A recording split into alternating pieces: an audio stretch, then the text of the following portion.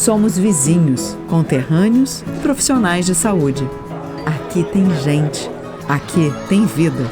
Aqui tem Unimed. E se o melhor para você também for melhor para todos? Existe alternativa. Escolhendo o Sicredi, você une as suas necessidades financeiras com o desenvolvimento da sociedade, porque reinvestimos os recursos na sua região. Somos a alternativa que oferece soluções financeiras ideais, taxas justas e atendimento próximo, humano e digital.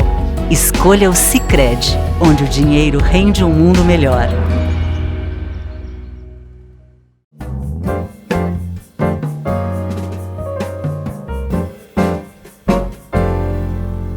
Muito boa noite a todos, nossa saudação. Estamos começando mais um programa painel aqui pela TV Erechim, sempre numa parceria com a Unimed Erechim. Unimed, cuidar de você, esse é o plano.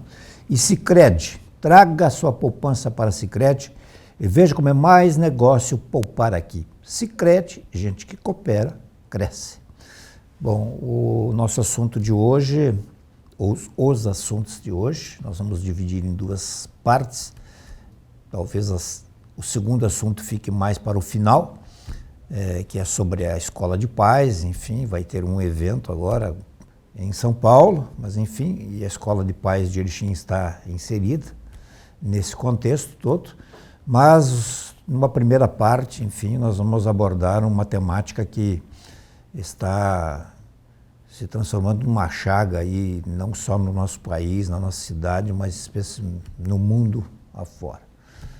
Nós vivemos tempos muito diferentes e vamos falar sobre a violência, enfim, e nada melhor para falar a respeito disso.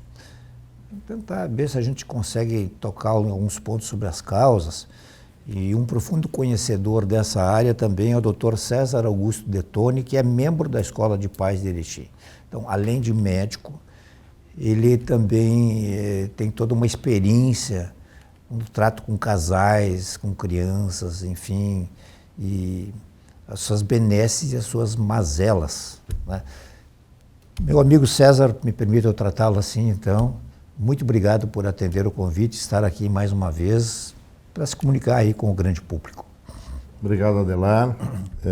É um prazer retornar aqui. A gente é sempre muito grato ao espaço que tu e a TV, a empresa TV Erechim de Comunicação, tem concedido à Escola de Pais, né, e permitido que a gente possa trazer alguns questionamentos, algumas reflexões, né, sobre esta ciranda que é a vida moderna que ela tem nos proporcionado e de repente encontrar alguma luz, né, para ter saídas, ter caminhos melhores, alternativas, porque a situação realmente dentro do mundo que nós vivemos hoje não é, mas de longe adequada para aquilo que o ser humano necessita para viver bem. Lembrando, obviamente, que por ser médico, o César Detoni também ocupa um cargo na Unimed Erechim, na área de educação, né?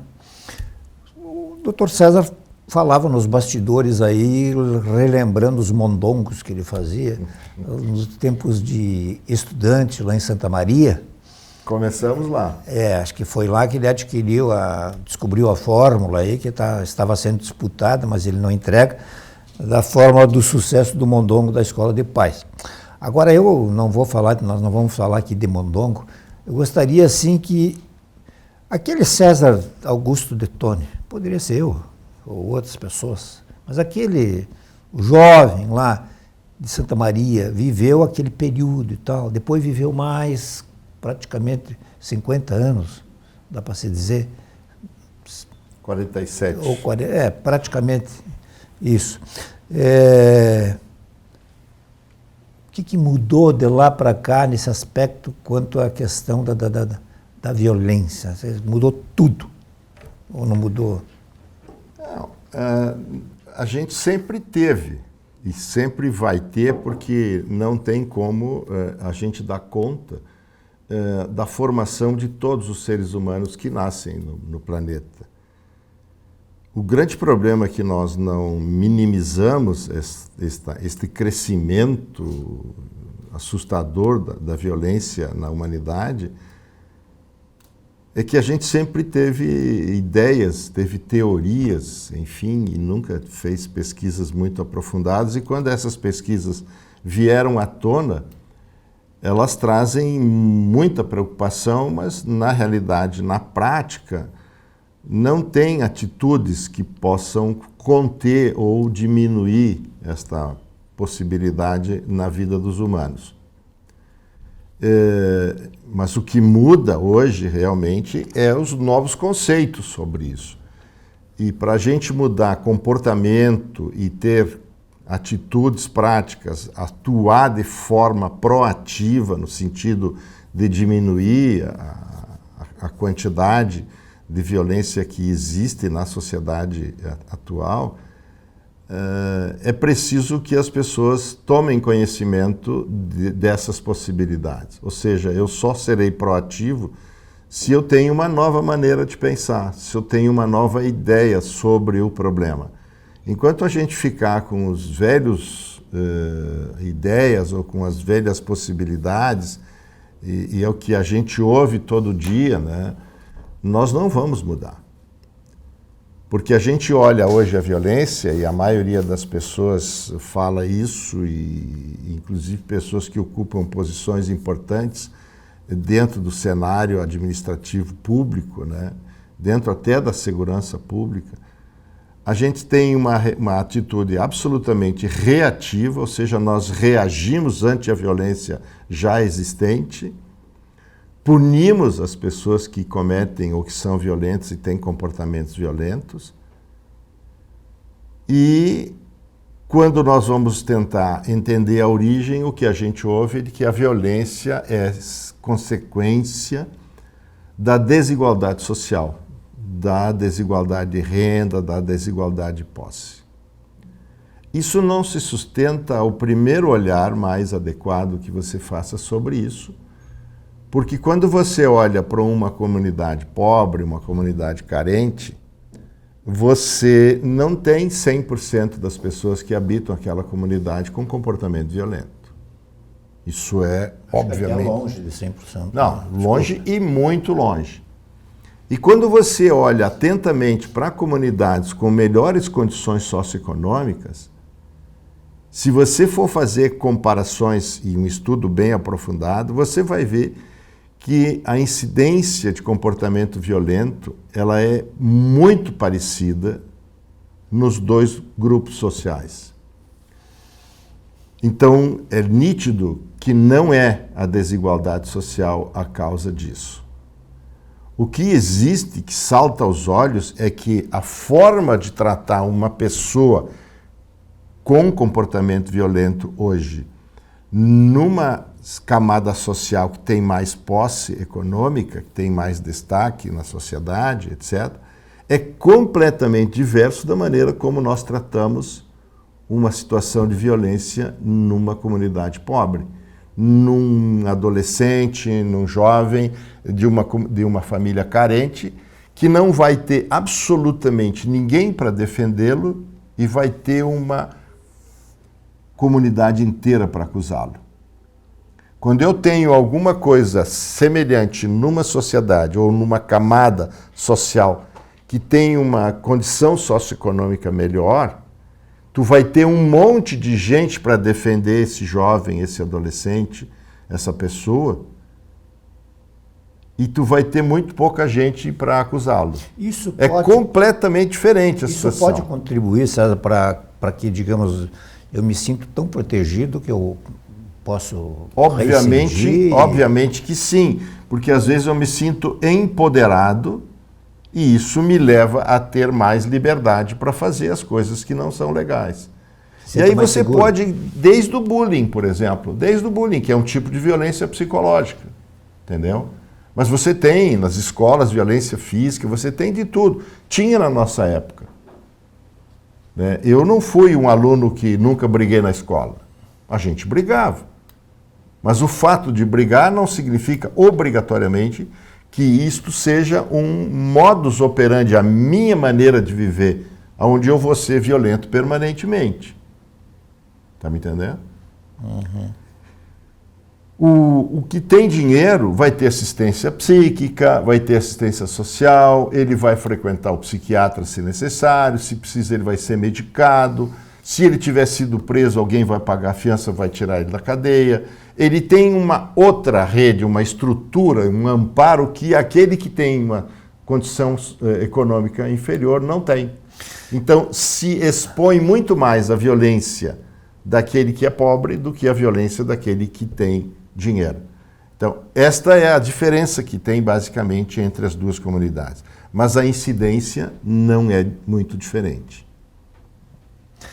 Eu, assim, ao longo da minha vida jornalística, né, que meio que encerrei aí também, a gente viveu muito isso, né? Olha, dependendo aonde aconteceu e com quem aconteceu, né, a gente era solicitado para não divulgar, né? Os próprios órgãos que forneciam as informações, né? De repente a comunidade estava sabendo e não era liberado algumas coisas, né? Isso não acontece só em Erechim, acontece em outros, no mundo inteiro. No mundo inteiro. Não está se falando de algum caso em específico, absolutamente, né? Já quando isso acontecia numa comunidade mais carente, né, mais vulnerável, né, mesmo que fosse um caso isolado e tal, poxa, aquilo ganhava a capa dos veículos de comunicação.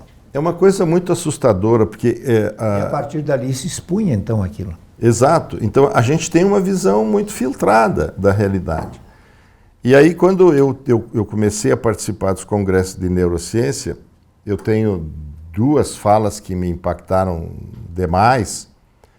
Uma delas era uma profissional brasileira e ela tinha uma fala sobre a possível genética da violência no ser humano.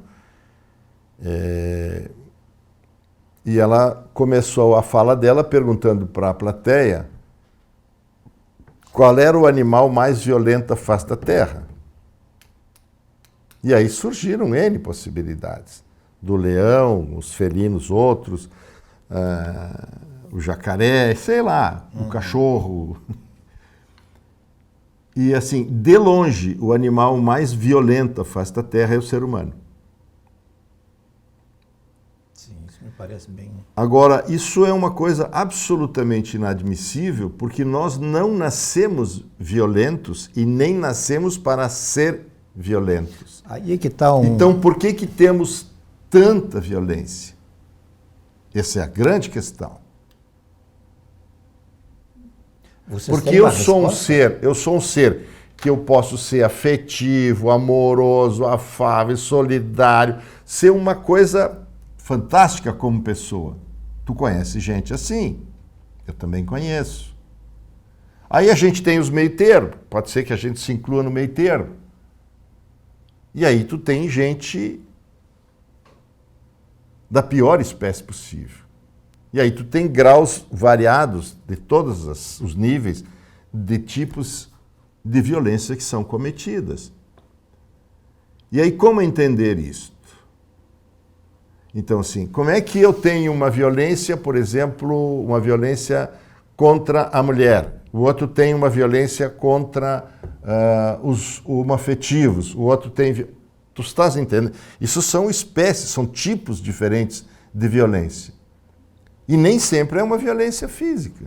Agora, se a violência estivesse em cima de um automóvel, vamos voltar aos anos 60 ou 70, essa violência estava andando a 60, 70 e o carro começava a tremer.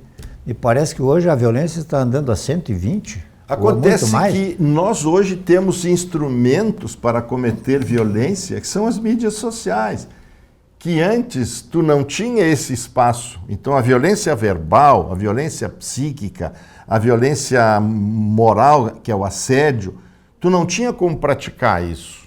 No máximo era numa fofoca tete a tete ou há um pouco de tempo mais próximo o telefone. Hoje tu tem os espaços sociais para cometer violência. que é a violência psíquica, o assédio moral, a calúnia, a difamação. São formas as mais variadas de violência, que têm o objetivo de machucar o outro, mas por que ela se intensificou assim, sabe? Por que ela começou a... Olha, tu liga a televisão, mesmo com programas assim noticiosos, que deveriam noticiar sobre economia, sobre política, sobre lazer, sobre não sei o quê, né? Mesmo que esses espaços deem matérias a respeito disso, mas grande parte dos noticiários são dominados por fatos violentos. Então, assim, tu tens uma violência que ela é mais socialmente aceita, entendeu? E a própria sociedade, ela estabelece quais são os limites do que ela tolera e o que ela não tolera. Concorda? Claro. Então, nós temos leis. Essas leis hoje estão cada vez mais sendo menos aplicadas, principalmente para situações, não digo leves, mas menos graves, porque a violência é grave todo o tempo, né? Então isso torna as pessoas que têm tendência a comportamento violento se sentirem mais liberadas para cometerem esses atos. Porque hoje você já tem tendência a não criminalizar pequenos furtos, pequenos delitos, pequenas agressões.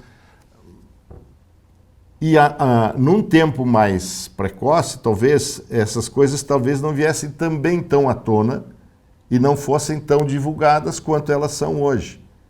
Então, o aumento da violência, ele ocorre de duas formas. Na realidade, nós somos um mundo mais violento nas últimas décadas, e você tem um aumento da divulgação. Então, tu escancara mais aquilo que está acontecendo. Os homens violentos, as pessoas violentas, eles tinham muito espaço nas guerras. Eles tinham uma função. Então eles esvaziavam toda a sua agressividade, que eram os grandes exércitos. Você pegava as civilizações antigas, eles tinham grandes exércitos que eles eram conquistadores. E isto era socialmente aceito na época. Você saía à procura de novos povos, novas populações. Mas o grande desafio que a humanidade tem hoje é ela entender por que isto está acontecendo, da onde provém esta possibilidade do ser humano se tornar este ser tão violento e o que precisa ser feito. Eu fui dar uma olhadinha aí, o Brasil estaria, não sei até que ponto dá para confiar, enfim, é por isso que eu estou fazendo essa observação, seria o 8º país mais violento do mundo, né? Mas incluindo-se aí países que estão em conflito. E estão em conflito e são países pobres, que têm grandes desigualdades sociais. Você pega, por exemplo, a Índia. A Índia tem uma desigualdade social muito maior que o Brasil. Tem muita pobreza. E isso não torna as pessoas pobres violentas, de uma forma assustadora como é aqui no Brasil. Está me entendendo? Sim, claro. Você imagina qual é a situação de um homem violento se ele não tivesse dinheiro. Ele tinha sido preso lá atrás, ele não tinha fugido lá para os países árabes. E ele estava sumariamente condenado. Quantos advogados ele tem hoje? Quanta assistência jurídica esse cara tem? Talvez vá contratar assistência psicológica, não sei se ele tem interesse nisso. Agora, esse sujeito, ele é conscientemente culpado disso que ele faz? Por que ele faz isso? Essa é a grande questão. Mas aí, do ponto de vista da medicina, não sei se tu pode... existem estudos, deve haver estudos que se aprofundam nessa busca de o que torna uma pessoa violenta, como é que ela se desenvolve tendências violentas. Sempre se imaginou, por exemplo, que havia componentes genéticos, ou seja, mudanças da composição de genes, porque você tem genes que estimulam a violência e tem genes que controlam o seu instinto violento. Você já ouviu, eu já ouvi, todos nós, o fulano de tal é pavio curto. Isso. Né? Aí que tá. Por que ele é pavio curto? Então, o que acontece hoje? Quando o ser humano nasce, ele vai ter que aprender a se tornar um ser humano.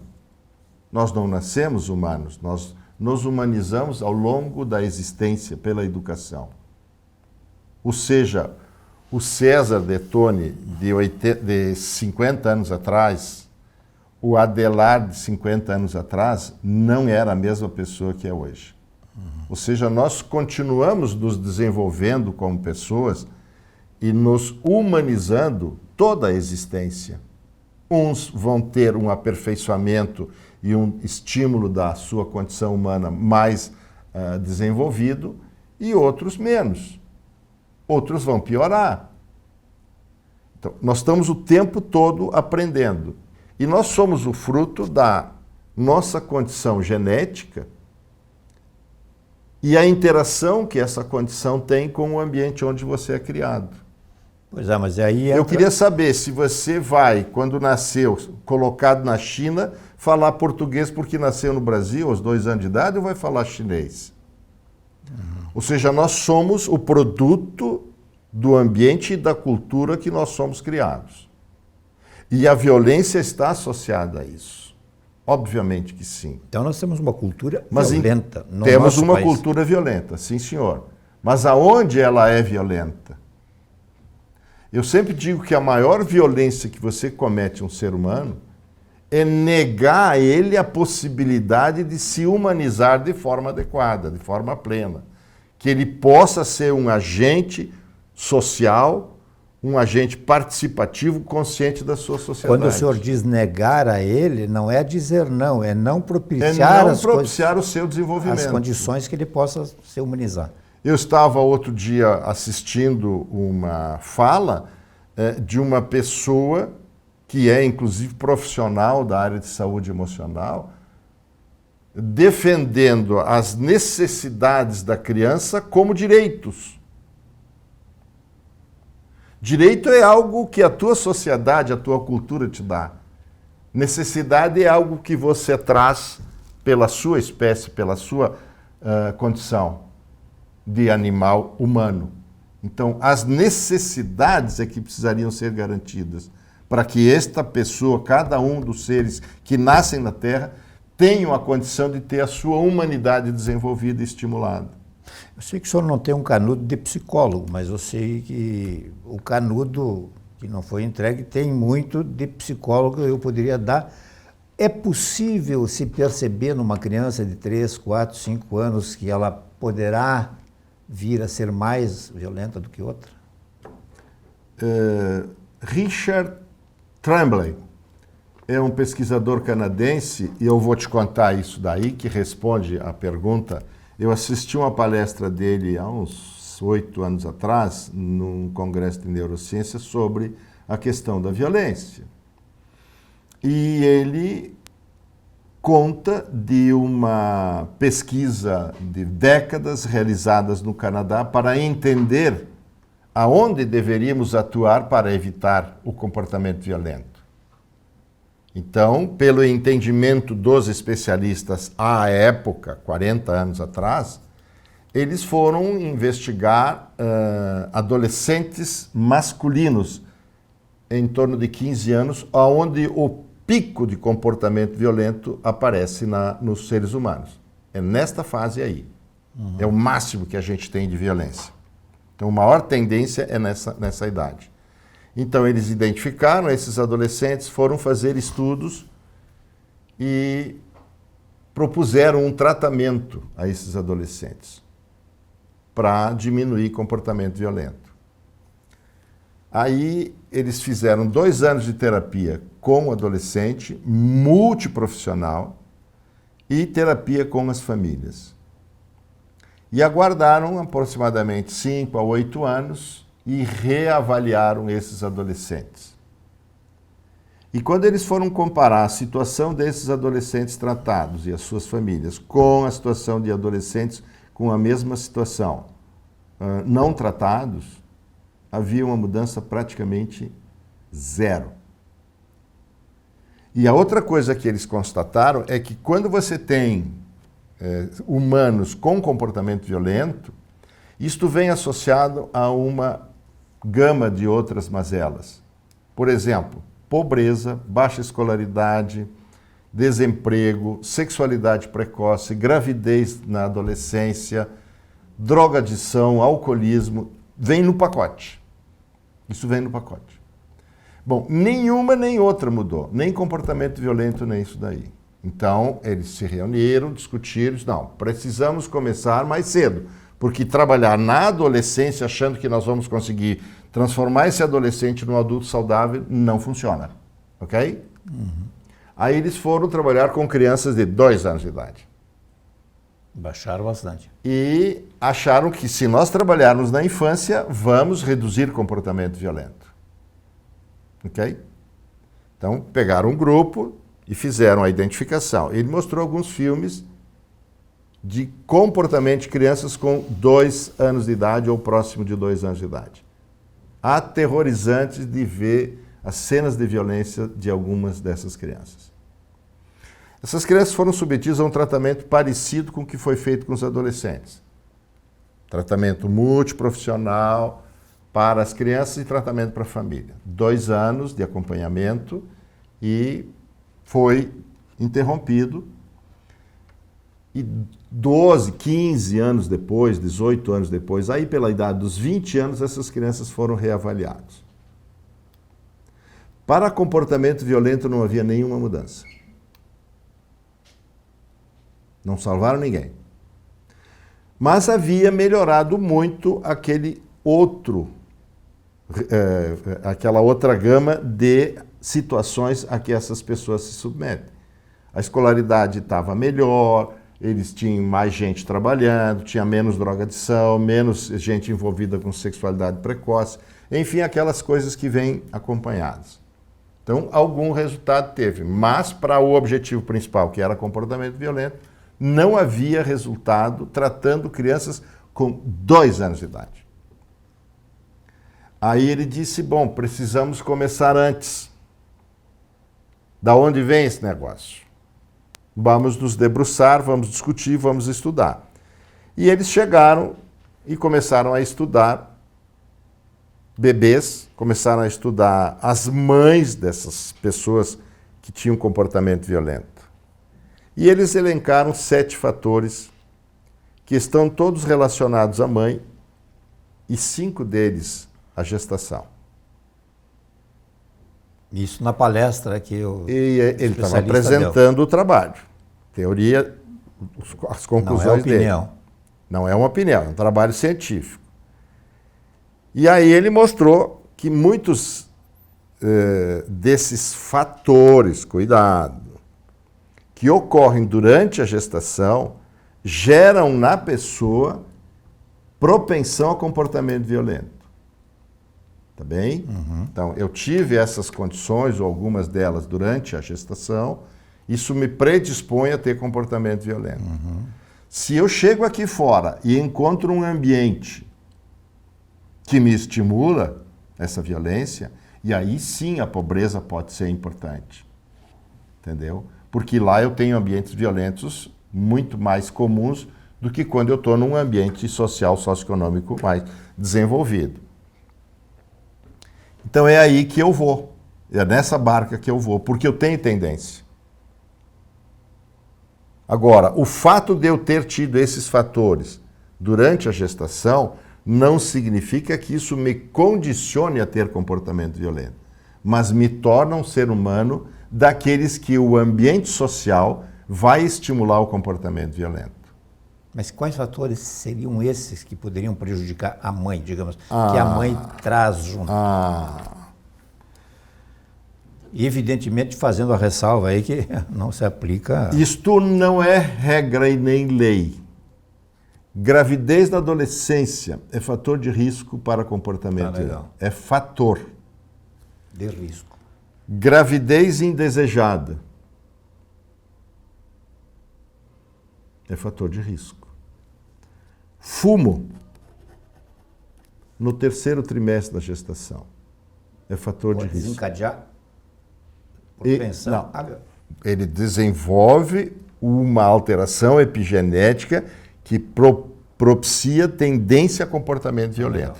Este será uma pessoa que, tendo um ambiente social favorável, vá levá-lo a comportamento violento. Tá me entendendo? Então eu te dei gravidez indesejada, gravidez da adolescência, ausência de parceiro, ausência do pai, uma gravidez tocada sozinha. Quanto mais desses fatores eu junto, eu aumento a possibilidade desse ser depois, porque aumentam as alterações epigenéticas no seu cérebro durante a gestação. O fumo... são 7. Esses são os mais vinculados à mãe. Tá entendendo? Então, assim, isto não é destino. O fato de eu ter isto durante a gestação não significa que, consequentemente, vai acontecer. Agora, se o ambiente desfavorável se mantém no pós-parto, ou seja, na primeira infância, a gente vai ter, obviamente, esse desfecho. Então, hoje, a grande sacada é melhorar o ambiente gestacional. Então, hoje, tu ter cursos, orientar essas gestantes, apoiar e evitar que estas coisas se propaguem. Eu já estou fazendo uma prevenção. Aí, ele termina a fala dele da seguinte forma, o Richard. Hoje, eu recebi no meu consultório uma menina de 16 anos, grávida, que veio para o programa de prevenção. Tá bom? Ele disse, já chegamos tarde. Uma menina de 16 anos não deveria estar grávida. Nós tínhamos que evitar a gestação precoce. Agora nós já vamos minimizar. Mas quando eu quero de forma proativa, eu tenho que evitar que isso aconteça. Quando eu identifico esses fatores e vou tentar ajudar essas mães, e vou tentar remover isso, eu já estou atuando de forma basicamente reativa. Tem pouca proatividade. Está me entendendo? Sim. E essa é a grande questão que a sociedade tem que se colocar. Aí tu tem esse bebê. E ele nasce. Como é que é o comportamento dessa mãe? Como é que é a afetividade dela no cuidado desse bebê? Nós temos muito medo, por exemplo, das mães violentas, dos pais violentos que batem nos filhos. Os estudos feitos na França mostram que a violência contra os filhos tem muito menos impacto para comportamento violento futuro do que a negligência. A negação de atenção, a negação de afeto é muito mais grave para gerar comportamento violento do que a própria violência dos cuidadores, dos pais e outros cuidadores. Isso não significa que nós vamos liberar a agressividade e deixar que as crianças sejam agredidas moralmente, emocionalmente, verbalmente, fisicamente. Não, não é isso que se quer. Mas tem que olhar para outras coisas que às vezes a gente não percebe, que são mais importantes até do que a própria violência física e verbal cometida durante a infância dessas crianças. As crianças às vezes veem a violência dos pais como uma forma de atenção e forma de cuidado. Agora, a negligência, ela é intolerável. O senhor trouxe agora, nessa explanação toda, o que o senhor ouviu numa palestra, né? E o palestrante deve ter falado, pelo que o senhor disse aí, bastante... Ele falou muito sobre a gestação, sobre a mãe, enfim e tal. Mas e a participação do pai? Porque a geração de uma criança não se dá única e exclusivamente pela mãe. Ok. Né? O pai, se diz que quando uma criança é talentosa, não sei o quê, se diz, o fruto normalmente nunca cai longe da árvore e tal. Mas e quando o cara não vale nada, digamos assim, como no meu caso, vou chamar para mim para ninguém se identificar aí. Né? Qual é o pai não tem óbvio uma culpabilidade. Isso, uma culpa nessa história toda? A culpa é a coisa que nós não temos que tentar definir, porque culpa não te leva a absolutamente nada. Ele assinou. O que a gente tem que saber é como as coisas funcionam. Porque não adianta culpar essas mães, por exemplo, essa mãe que engravidou na adolescência, essa menina. Vai culpar ela? Culpar ela do quê? Ela é mais uma vítima. Não, a culpa aí é um termo meio forte, Exato. Dizendo, mas uma participação. Então, assim, a gente tem que fazer os esclarecimentos, trazer as informações para que as pessoas se apropriem. Nós falamos tanto do empoderamento, né? Como é que eu me empodero se eu não tenho informações? Eu preciso ter informações, porque eu, de posse das informações, posso mudar as minhas decisões, os meus comportamentos. Então, isso é a grande responsabilidade que se tem hoje, é de tirar essas informações que brotam em quantidade imensa, e informações essenciais, e levar isso para a comunidade. Porque as pessoas têm que se apropriar disso para poder dirigir, conduzir a sua vida. Então, assim, a proatividade. Tu falou do pai. Hoje nós estamos falando em não fazer mais cursos apenas para gestantes. É fazer para pessoas que queiram ter filhos e ainda não engravidaram. E você vai ter preparação, como nós hoje fazemos, a preparação para o parto e tal, e esses cuidados gestacionais, para que o meu óvulo, eu mulher, para que o meu espermatozoide, eu homem, onde é que eu participo? Eu participo com 50% da genética. Esse espermatozoide, que saúde tem? Que vida eu vinha levando? Que coisas eu usava? Medicamento, droga, álcool, essas coisas, cigarro. Enfim, esse espermatozoide, ele vai transmitir coisas muito importantes, inclusive memórias epigenéticas que vão determinar comportamento. Então, nós temos que ser proativos hoje e já começar a pensar em trabalhar com adolescentes. Intensamente, para que eles mudem a sua visão, a sua ideia sobre a vida como um todo, sobre a sua condição humana, para poder entender melhor depois no futuro essa questão da procriação, né, do desenvolvimento de outros seres humanos. Ok, muito bem, nós vamos fazer o nosso único intervalo do programa de hoje para aproveitar melhor o tempo aqui e nós já voltamos.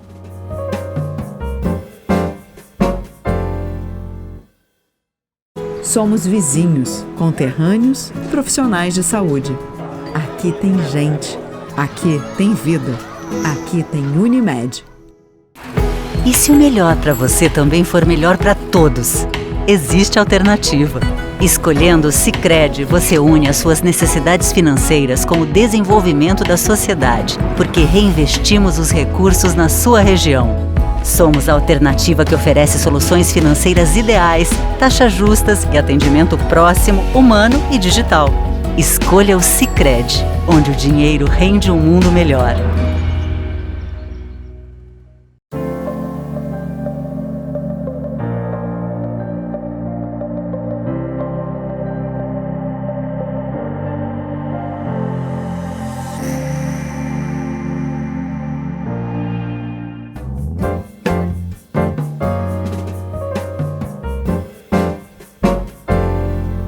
Muito bem, nós estamos de volta aqui em nome da Sicredi e também da Unimed, Erechim, Unimed, cuidar de você, esse é o plano. Estamos conversando hoje aqui com o Dr. César Augusto Detoni, membro da Escola de Pais de Erechim e que está explanando aí um pouco a respeito das razões do mundo tão violento aí que a gente infelizmente está fazendo parte, está testemunhando aí. Tomara que as pessoas quebrem algumas barreiras e comecem a se voltar para ações mais proativas. Enfim, a vida passa tão rápido, acho que não vale a pena encurtar mais ainda ou viver muito mal aí. Doutor César, essas questões que o senhor abordou aqui, assim, isso também, obviamente, é tratado dentro da escola de pais? Vocês se aprimoram cada vez mais? A gente sempre conversa, quer dizer, nós nos reunimos uma vez ao mês, né? Às vezes a gente tem questões internas, administrativas, tem programação no começo do ano, às vezes tem estudo das situações que nós estamos enfrentando hoje com a dificuldade de arrumar público para oferecer o nosso trabalho. A gente é muito grato. Hoje nós temos parceria com a Secretaria de Saúde, a Secretaria da Agricultura, da Educação do município de Erechim, onde nós estamos 3 a 4 escolas por ano das municipais, a gente está fazendo o nosso trabalho. Nas escolas privadas a gente tem tido dificuldade, as escolas têm as suas maneiras próprias de ajudar os pais, tem outras fórmulas, enfim, mas nós vamos continuar, a gente está indo a todos os lugares onde é possível, nós vamos apresentar a nossa proposta. Sim, mas eu digo assim, isso também é tratado com os pais, como é que os pais reagem? A gente não trata da violência como uma questão em si.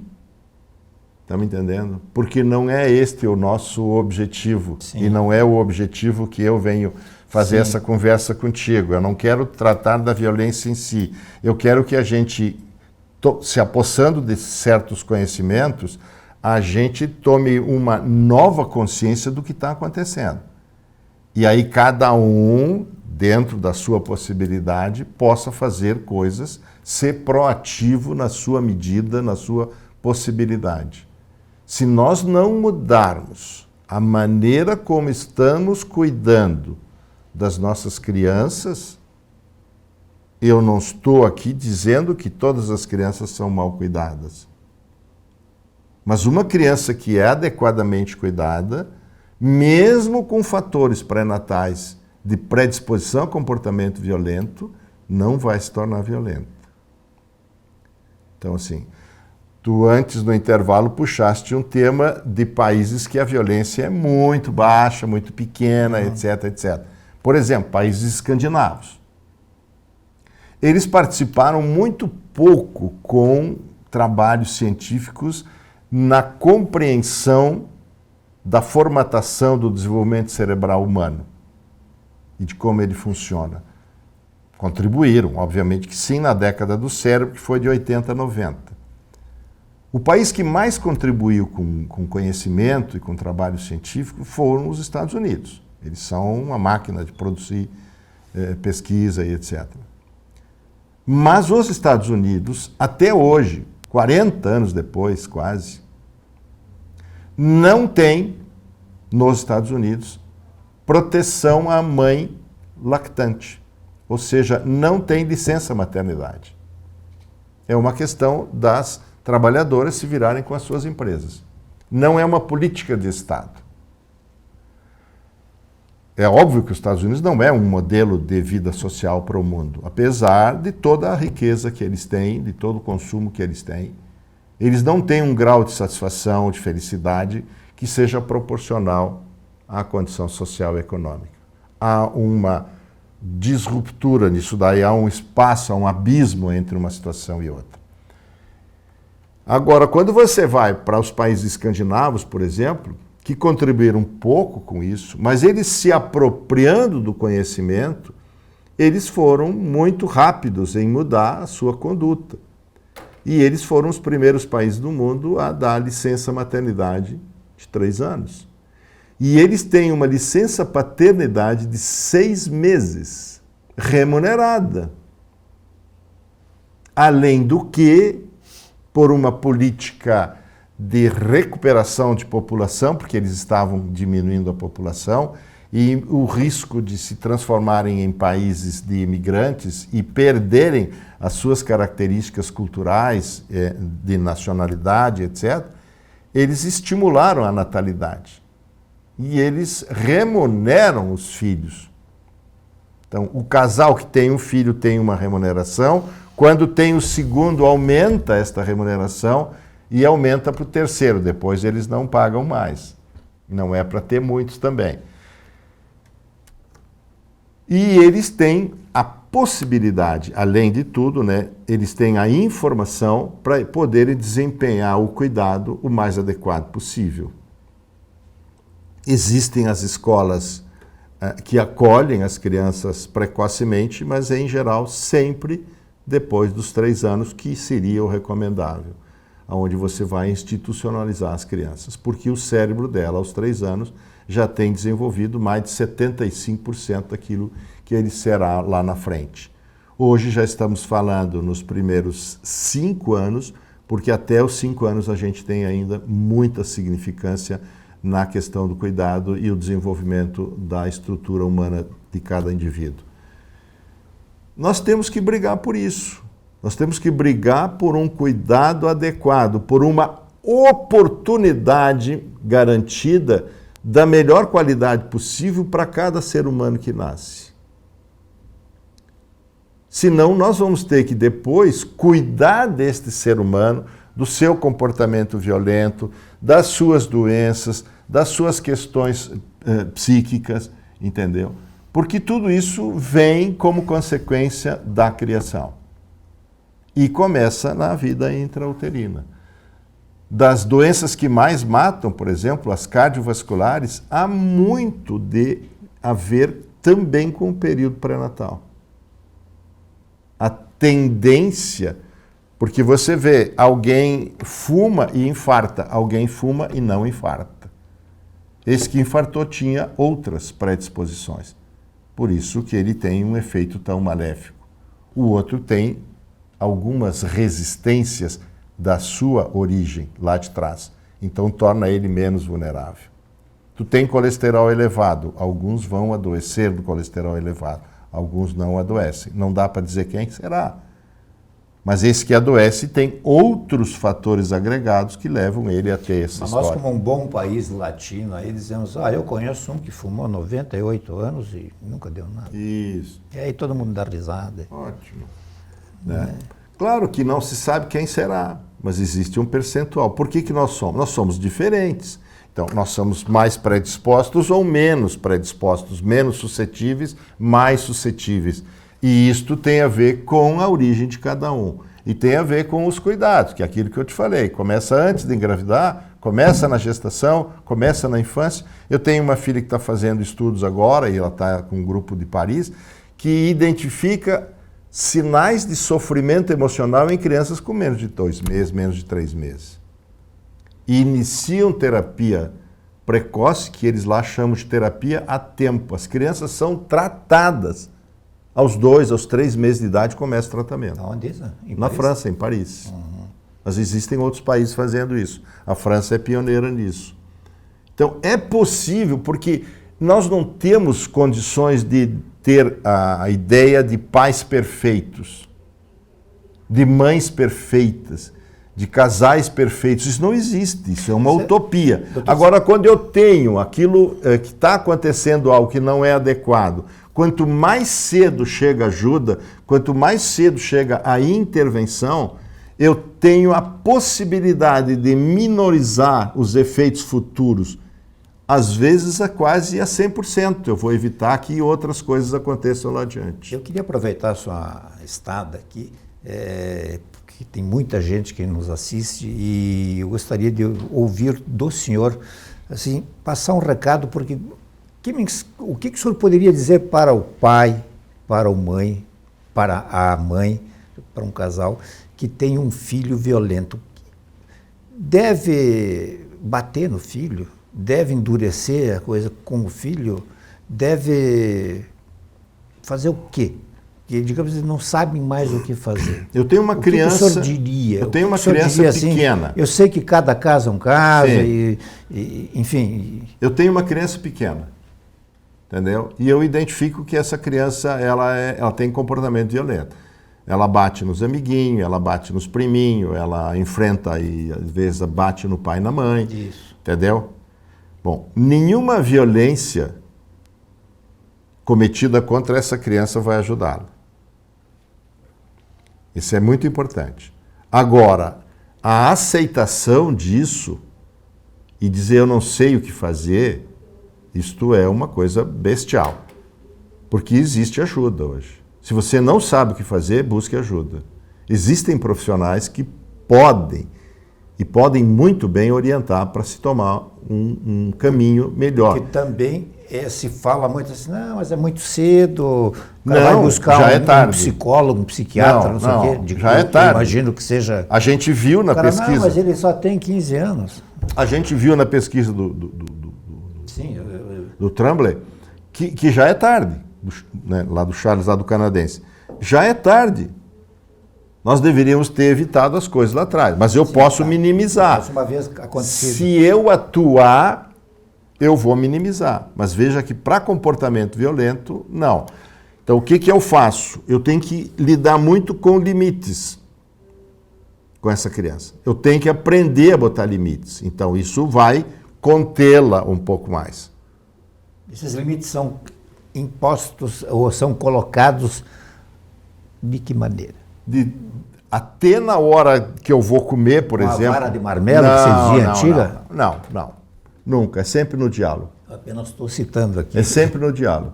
Agora, se eu não tenho o que fazer, às vezes é uma situação grave de comportamento violento, eu posso aplicar algum castigo físico, mas não violento.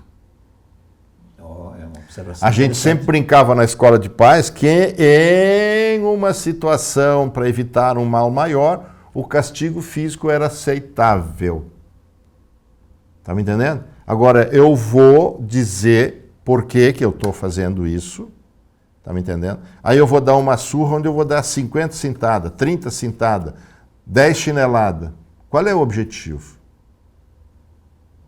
O objetivo é impingir sofrimento ou dizer que eu estou em desacordo e estou castigando? Costuma dizer para os adultos que violência gera violência, isso pode também... Diminuir. Isso pode também acontecer quando tu bate numa Mas criança. volta lá, que violência gera violência até por aí. Nas pesquisas, a violência gera muito menos violência do que a negligência. O descaso pelos filhos, o ignorar os filhos, ou não dar atenção, não dar afeto, é muito mais grave na geração de comportamento violento do que a própria violência dos pais. Tem que ter muito cuidado com isso. Agora, se eu sou atento, se eu estou dando afeto, eu estou dando atenção e etc., então eu tenho que começar a usar desta relação que eu estou tendo com esse filho para ajudá-lo a se livrar disso. E também não adianta querer comprar a criança. Não adianta negociar e não adianta premiar comportamentos bons. Não, isso não leva a absolutamente nada. Vai ter um evento em São Paulo da Escola de Pais, nós temos 3 minutos, não sei se o senhor quer abordar isso. Eu acho que é interessante para quem vai nos assistir que a gente fale disso, né? Nós teremos agora um congresso nacional. Com a pandemia, a gente tornou um congresso que era presencial numa atividade online e agora ele vai ser misto esse ano. Como é que faz? Então, entra no site da Escola de Pais, digita ali no computador Escola de Pais, você entra no site, vai ter o programa do congresso, vai ter uma maneira de você se inscrever. Quando você se inscreve, tem um link e você assiste o que achar que for do seu agrado. São várias palestras, tem algumas coisas muito interessantes que a gente vai ter ali e é absolutamente gratuito. Quem tiver interesse pode fazer isso daí. Isso nos dias agora 8, 9... 8, 9 e 10, é quinta, sexta e sábado. Começa na quinta e termina no sábado, acho que no meio-dia. Certamente ali vai haver muitas informações além das que o Dr. César passou Óbvio, hoje aqui. Tem vários assuntos que vão ser tratados ali e quando se trata de assuntos de educação de seres humanos, de formação de seres humanos, né, de família, de pai, de mãe, enfim, isso sempre é importante. Nós nunca estamos prontos, né? Eu sempre digo que a gente vai morrer e não vai ganhar o diploma de pai e mãe por melhor que a gente tenha sido, porque a gente ainda vai estar em formação. É um aprendizado para a vida toda. Eu hoje sou pai de um rapaz que tem um filho de 10 anos, eu sou o avô, mas eu sou o pai desse menino que foi uma criança, que foi um bebê, que foi um adolescente. E em cada fase da vida dele eu tive que ser um pai adequado à fase da vida dele. Hoje eu sou pai de um filho que é pai. É completamente diferente eu ser pai dele agora do pai que eu fui há 30, 40 anos atrás. Então é um aprendizado que a gente tem que se lembrar que é para a vida toda. O senhor acha que nós não caminhamos aí, quem sabe, já que os avós hoje os pais trabalham fora, nós temos que ter uma escola de avós? Eu acho que os avós teriam mais que lidar com as suas coisas. Eu me preocupo muito com o envelhecimento, com isso. A gente está muito pouco preparado para isso. Isso é uma coisa que me preocupa. Mas os avós, como partícipes da educação dos netos, eles estão cada vez mais distantes. A migração aumentou muito, né? Os seres humanos estão ativos durante muito mais tempo, então os avós não são aqueles folgadão de 50, 60 anos que antigamente já estavam trabalhando pouco e eram considerados velhos. Então os avós cada vez mais estão menos presentes na vida dos netos. Então eles já não precisam de muita orientação. Chega a eles darem afeto, carinho, que é o suficiente e um bom acolhimento. Ok, muito obrigado. Gostaria de enviar um abraço e dedicar o programa de hoje ao professor Leodósio José Busanello, que foi um grande chefe que eu tive na 15ª CRE. Um grande abraço, boa noite.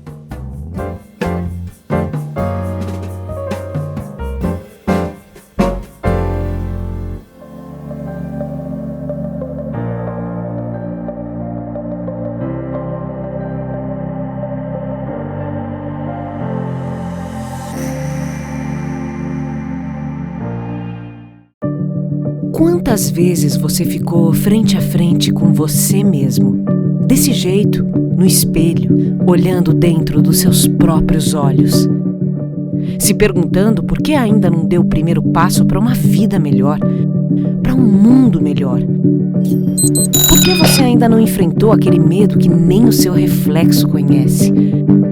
Já pensou na rotina que deseja tanto mudar? Já se propôs a enfrentar seus desafios em voz alta?